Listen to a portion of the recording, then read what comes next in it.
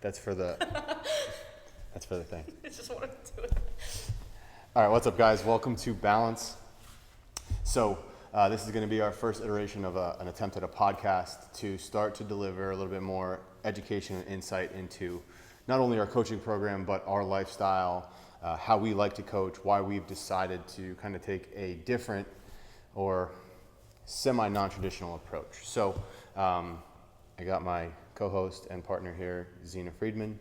So Zinah, why don't you tell us a little bit about who you are and where you started, where you're going, all that stuff real quick. All right. So I started going to this gym kingdom about a little over a year ago, and over time, Jon and I started working closer and closer together. He started coaching me, and through that, he was also mentoring me and teaching me his ways through coaching. So he wasn't just telling me; he was kind of educating me through it. I also was in the route of going to PT school, and I just finished my undergrad with a bachelor's of exercise science. But we have changed the course a little bit, and now I'm pursuing coaching. So now I'm working with Jon instead of going to PT school because I wanted to do something a little bit more that aligned with my values. All right, so I mean that's all really cool, but what do you think was?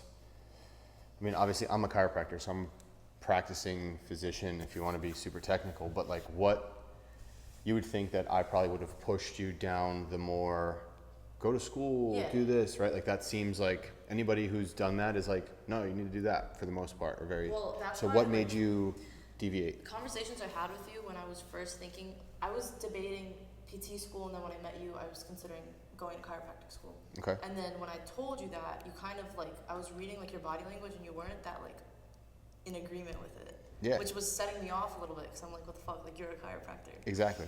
And the more and more conversations I had with you, the more I could see that you were trying to steer me to think more outside of the box without actually telling me to do so.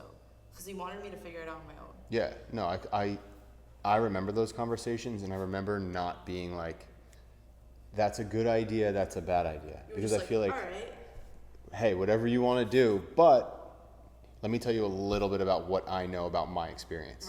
Right. And so obviously having a little bit of bias because I landed here, right? So there was some of the,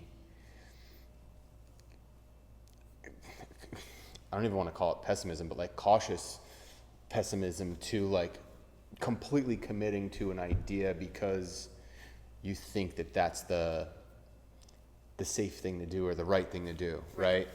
So. Well, another thing is like, mostly with conversations with you, but with a lot of the members here, I feel like I'm taking a different approach, whereas they and you have told me you've already gone down the path of like going into corporate world or doing XYZ, and then you disliked it after X amount of years, and now you're stepping away from it. Mm-hmm. Whereas I, throughout college, kept feeling this resistance to enter corporate world, and I just finished college, and I'm deciding, let me skip that step that I already know I'm gonna hate and dislike, and I've heard it a million times from other people that they hated it, so why don't I just learn from them and kind of apply that to my life? Yeah, and I think, I don't know if I said this directly, but like, once you have your degree, once you have certain things, like, you can always go back and get an education. You can always fall back into corporate world. Like, from me, I kind of took the leap after years of it, and now, like, the sea of unknowns that I talk about in, like, entrepreneurism or, like, self-employment is a little bit different and a lot more scary when you have a lot more responsibility. So you have like a built-in safety net, which is, to be youth. transparent, I'm young and I live at home with my parents. Exactly. And I'm not getting kicked out of my house anytime soon. So I'm fortunate enough to be able to be taking the risk. Perfect. Yeah. All right, so transitioning, I guess probably I have to introduce myself. Yeah, who the fuck are you? Right? Who the fuck are you? All right, so I'm Dr. Jon Segreti, chiropractor. So I am a Palmer graduate. I went to Palmer Chiropractic College, graduated, got my doctorate. I've been practicing for about 5 years now, graduated in 2018. It's 2024, almost 6 years. Can't do math. But did that for a while, tried to do the sports medicine world in traditional practices, a little bit this and that. I've always been a absolute meatball, caring about the gym more than most other things in my life. since I'm probably 18 or so. And along that, I have kind of learned that it's hard to go all in on one thing or another. And a conversation that we actually had yesterday was like having these like 4 pillars of your life, and you have to put effort into one of them. What were the 4 pillars? What were the 4 pillars? Great question. Spiritual, relationships, business, financial or business, and then physical. That's what it was. I was trying Physical. To remember which one. So obviously, like the gym is definitely a physical Yes. pillar of your life, or anybody who does physical stuff. And I think that the way that conversation went, like describing it as physical and not the gym or like sports or athletics is like a decent way to do it, because I don't know about you, well I do, but like for me, I was an athlete. Like I always was playing competitive sports through high school, baseball, through college, and even like the intramural sports through college, and even like graduate school. Yeah, you were always Competing was fun, Yeah. right? Like that part of competition was always fun. Yeah. Still always doing the gym, but having that aspect of competition is something It's that's also- always been in It's me. part of your character.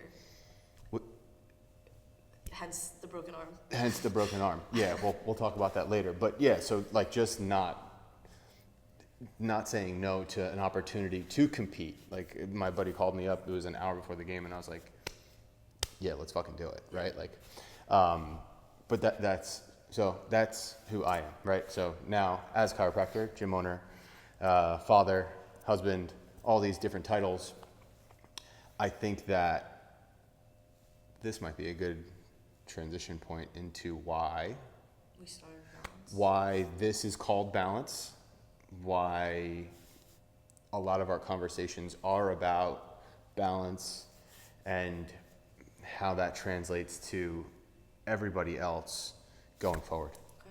All right? All right. So, do you want to do it or do I? You begin. I'll start it off. I'm good at The interjecting. follow-up? Okay. Yeah. All right, so with that said, balance is exactly what it is. Like with everything you do in life, you need to find balance with your diet, with your social relationships, with your friendships, with your family, with your business, with your physical, with your spiritual.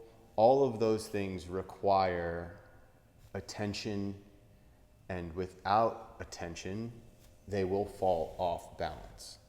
Yeah. So many people that living in this space for the past almost 2 years now, there's so many people that live the life in the gym, and they are completely physical or very physical dominant. Yes. I don't know about what their social lives are, Bodybuilding-wise? but yeah, Yeah. With the traditional bodybuilder, I want to interrupt. you're going to. Yeah.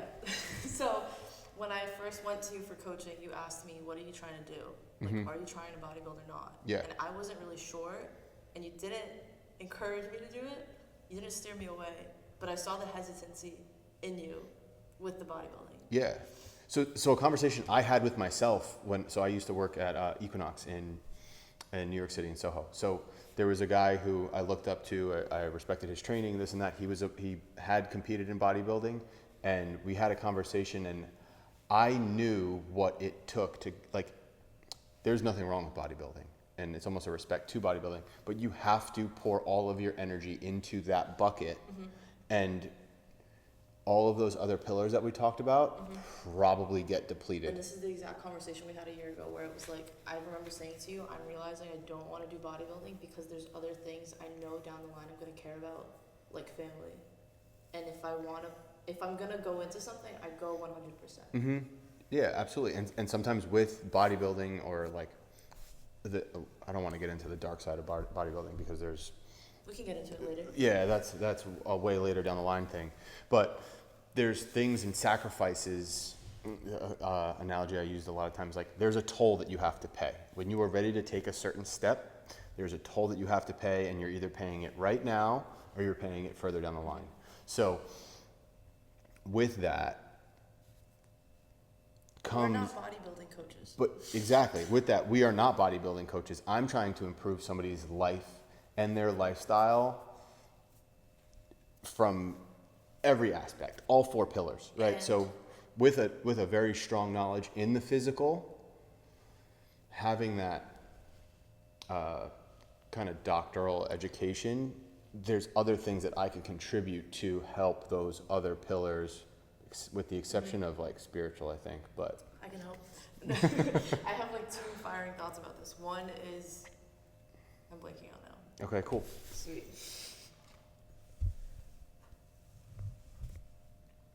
Oh no, I remember. Okay, you have a lot of knowledge as if you're like meant to be a bodybuilding coach with the amount of knowledge you have when it comes to the gym.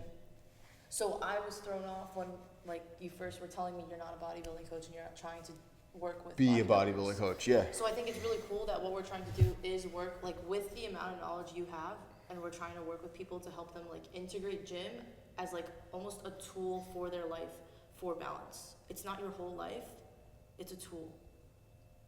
I think you said something that like had my brain spinning, but I have a ton of knowledge that might be a giant asset for a bodybuilding client or for somebody that's interested in bodybuilding, but I think that I strive better as an educator, right? And teaching the principles and having somebody buy into, this is not just, don't just do this because I said so, but like take this, learn this, understand it, and you can do this forever, right, and put value into your physical box. Yes. Right? And yeah, you have to, like, there is going to be some level of change. And like, yes, obviously from a business perspective, if I give you all the tools, it's hard to continually add value. But I think that I can at the same time too. Yeah. Where other people might tend to like, just do this because I said it. And not because they either don't know, but maybe they're fearful of like, all right, I'm going to lose this person if they feel like they're empowered too much. Yeah. Yeah.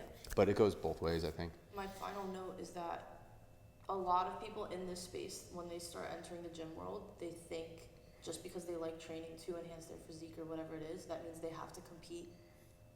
Yeah. And you can still, like the way you've done it with me, like we still do a lot of the training and diet like as a competitor, but we're not taking it as far as stage. Yeah, 100%. No, we implement there's balance. Yeah. Well, and I want people to see that that's an option. And at the same time, it's almost letting go of that physical attachment to, I'm going to look like these people on Instagram that are bodybuilders. Right.